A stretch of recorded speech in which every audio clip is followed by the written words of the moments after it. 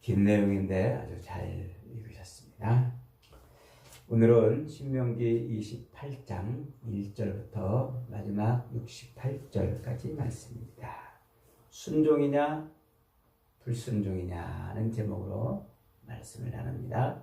순종이냐 불순종이냐. 오늘 묵상한 이 28장은 금요일날 묵상한 27장에서 계속 이어지는 말씀이에요. 그래서 27장, 28장이 이렇게 한 덩어리로 이어지는 말씀이에요. 26장까지 5장부터 시작한 율법 선포가 26장에서 끝났죠.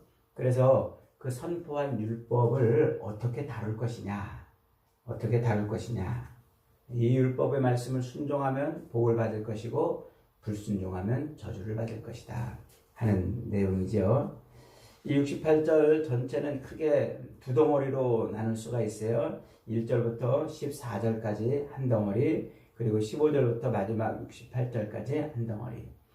14절까지 앞에 한 덩어리는 이 율법의 말씀을 순종하면 복을 주시겠다는 거예요. 26장까지 선포한 그 율법의 말씀을 순종하면 복을 주시고, 그것을 불순종하면 그들에게 저주를 내리시겠다는 15절부터는 저주에 대한 말씀이죠.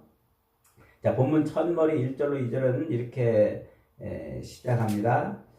내가 내 하나님 여호와의 말씀을 삼가 듣고 내가 오늘 내게 명령하는 그의 모든 명령을 지켜 행하면 하나님 여호와께서 너를 세계 모든 민족 위에 뛰어나게 하실 것이라 그랬어요.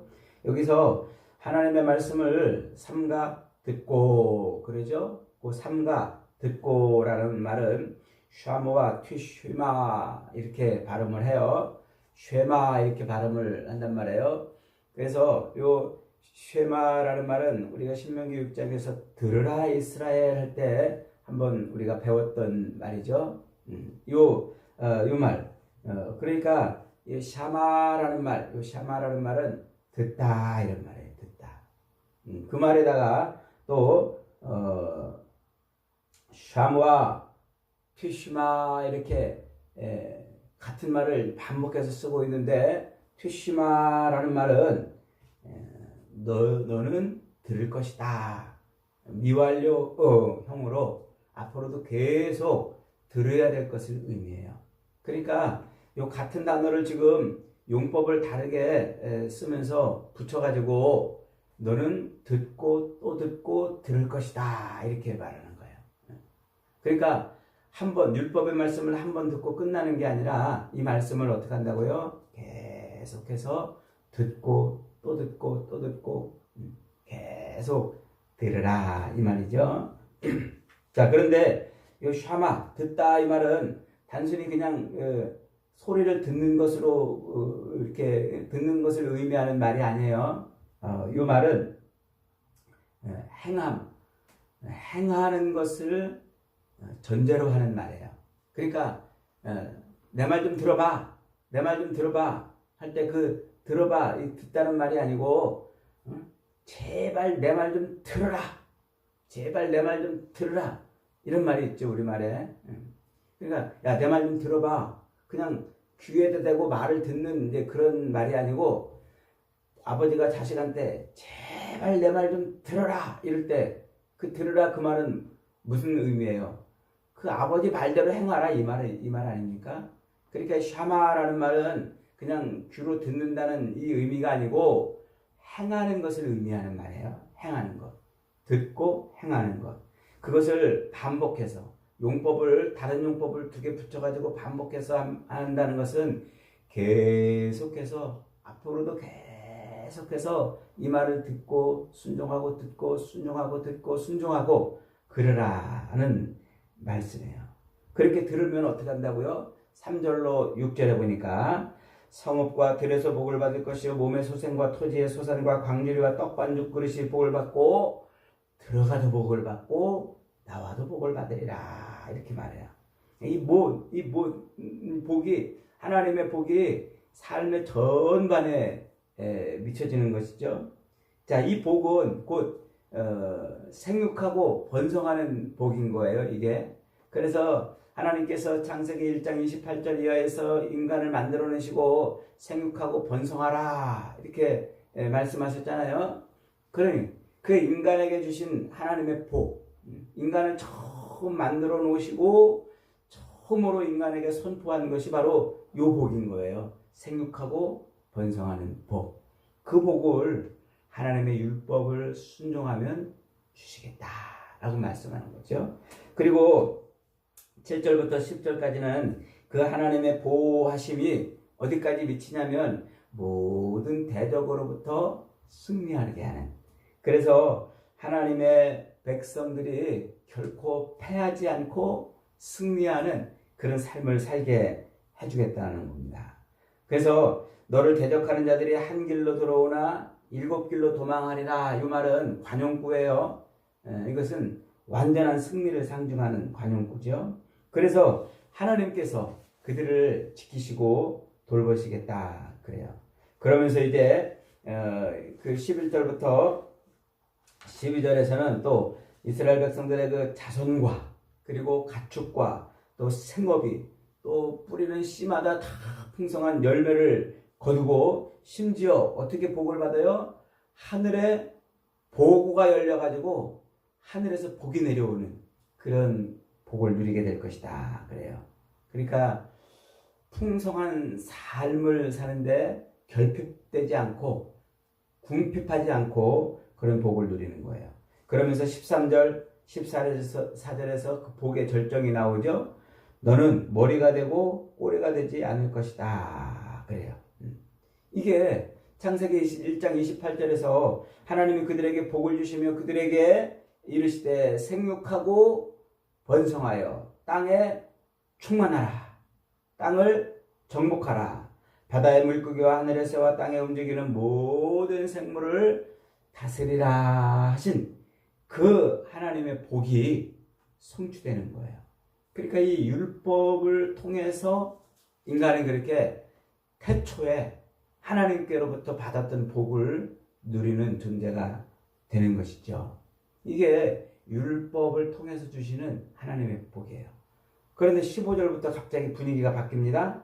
15절부터는 앞에서 선포한 이 복, 그 복의 똑같은 구조로 저주가 임할 것을 말하고 있어요. 하나님의 율법을 순종하지 아니하면, 그 율법을 청종하지 아니하면 저주가 임할 것이다 이렇게 말해요. 그래서 성읍에서도 저주가 임하고 들에서도 저주가 임하고 광주리와 떡반죽 그릇이 저주가 임하고 삶의 전반에 저주가 임할 것이다. 그렇게 말하고 있습니다.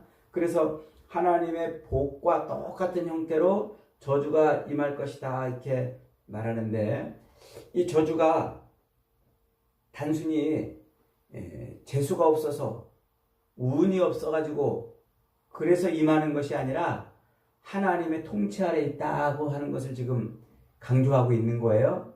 그러니까 인간이 받는 복도 하나님의 통치, 하나님의 손끝에서 나오는 것이고, 인간이 당하는 그 모든 저주도 하나님의 손끝에서 나오는 것이다는 거예요. 그래서 하나님은 이 모든 것을 다스리고 통치하시는 분이신 것을 가리키고 있어요. 그러면서 이제 농업에서도 실패하고 기근이 임하고 질병이 임하고 하늘이 또 닫히는 그런 자연 질서가 파괴되는 그런 모든 이런 표현들은 하나님께서 하나님의 율법을 지키지 않는 자들을 어떻게 다루실 것인지를 보여주고 있는 말이죠. 그러면서 이제 25절부터 35절까지는 또 외적이 침입하면 그 외적에게 붙들려 가서 자식이 죽고 또 공동체가 파괴되고 자기 자신도 고난과 고통 속에 떨어질 것이다 이렇게 말해요. 심지어 누구까지 포로가 됩니까? 왕까지, 그들이 세웠던 왕까지 포로가 되어서 지배될 것이다 이렇게 말해요. 그러면서 반복적으로 그 많은 저주들을 하나님이 율법을 지키지 않을 때 주시겠다. 특별히 49절부터 57절은 이제 저주의 절정입니다. 그 내용이 뭡니까? 정신적으로 미쳐가는 거예요. 미쳐가는 거.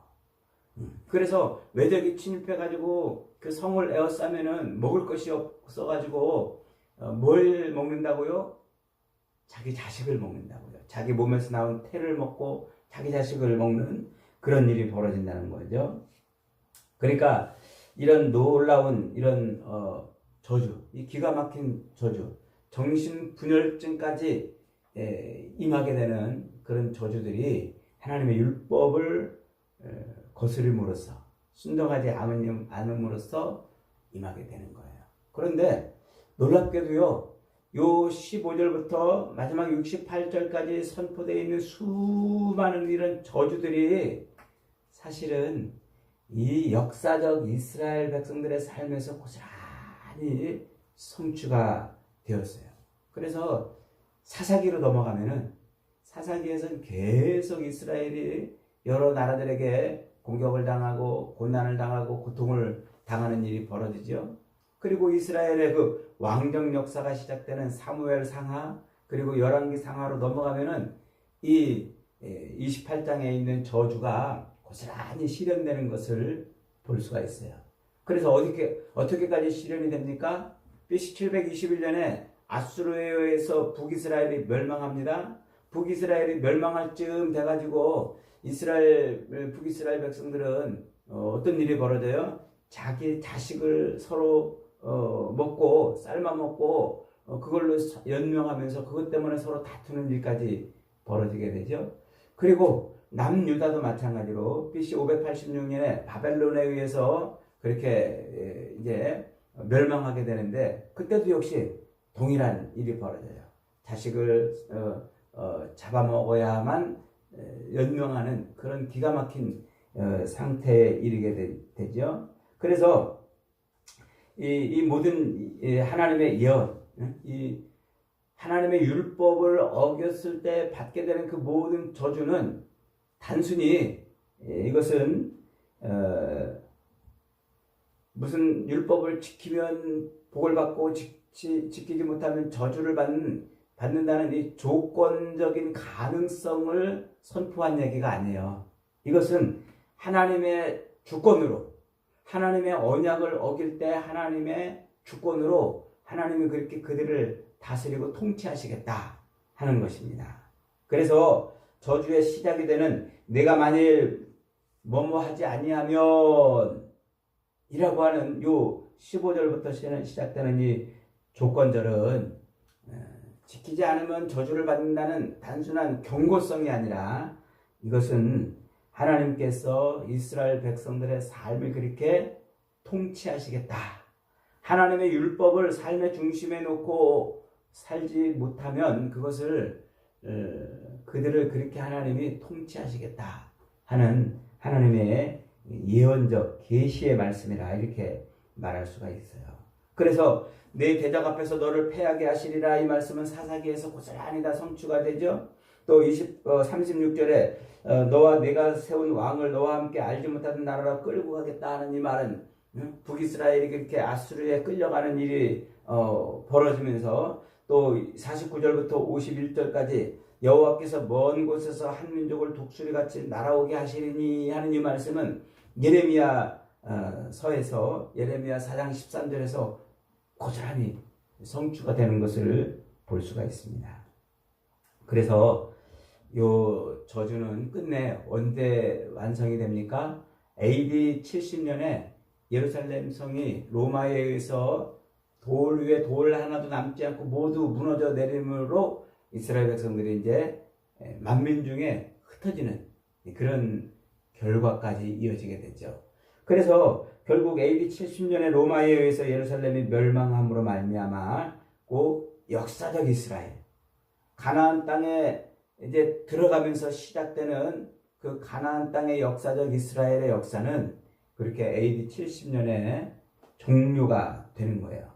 그래서 인간의 그 죄로 불순종의 죄로 인해서 하나님은 그렇게 이스라엘이라는 역사를 지구상에서 이제 지워 버리게 되는 것입니다. 그러니까 지금 오늘날 저 팔레스타인에서 지금 가자 지구에서 하마스와 전쟁을 치르고 있는 저 이스라엘은 역사적으로 AD 70년에 로마에 의해서 패망한 그런 민족적 이스라엘 후예이기는 하지만 하나님의 언약 안에 있는 백성은 아니에요. 그래서 신명기 28장에서 말씀하신 저주가 임한 그런 백성의 모습인 거예요. 그러니까 지금 저 이스라엘이 하나님의 선민이냐, 하나님께서 저들을 특별히 다루실 것이냐 하는 요 문제는 좀 어려운 문제이긴 합니다만, 사도 바울이 로마서 8장, 9장 그리고 10장에서 요 문제를 다루죠. 이스라엘이 완전히 망했느냐, 정말 없어졌느냐, 이제는 이스라엘은 이제 지구상에 존재하지 않는 민족이 됐느냐, 그런 문제를 이제 로마서 8장, 9장, 10장에서 다루어주고 있습니다. 제가 로마서 강의할 때 충분히 이 부분을 설명을 드렸습니다.